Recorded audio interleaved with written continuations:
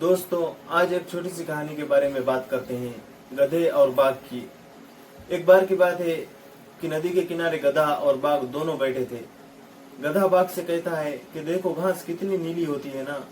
बाघ कहता है क्या बकवास कर रहा है, घास तो हरी होती है।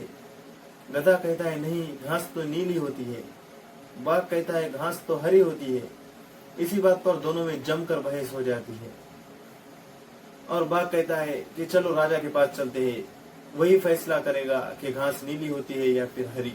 वो दोनों जंगल के राजा शेर के पास जाते हैं। राजा के पास जाते ही गधा कहता है कि सरकार, मैं इसे कब से कह रहा हूँ कि घास नीली होती है, लेकिन ये मानता ही नहीं। बाघ कहता है कि सरकार, घास तो हरी होती है ना।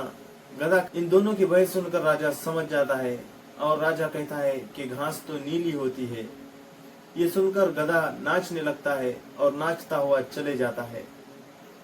जाते हुए गधे को लगता है कि बाघ ने मुझसे बहस की और मेरा टाइम बर्बाद किया, उसे सजा जरूर मिलनी चाहिए।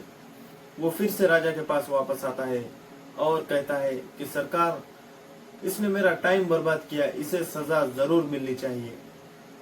राजा कहता है कि हाँ, इसे सजा जरूर मिलेगी, इसे 3 दिनों के लिए कैद में डाल दिया जाएगा। ये सुनकर गधा नाचता हुआ चला जाता है। गधे के जाने के बाद बाघ राजा से कहता है कि सरकार, आप कैसे राजा हो? आपको भी पता है कि घास हरी होती है, मुझे भी पता है कि घास हरी होती है, पूरी दुनिया को पता है कि घास हरी होती है, फिर भी आपने ये कैसे कह दिया कि घास नीली होती है? और इस पर आपने मुझे सजा भी सुना दी। राजा कहता है कि तुझे सजा इस बात की मिली है कि तूने गधे से बहस की। दोस्तों, इस छोटी सी कहानी से हमें ये सीख मिलती है कि लाइफ में हमें ऐसे बहुत से गधे मिलेंगे, लेकिन हमें उनसे बहस नहीं करनी चाहिए।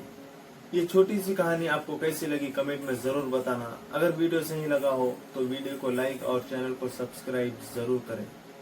चलिए मिलते हैं अगले वीडियो में ऐसे ही किसी और टॉपिक के साथ।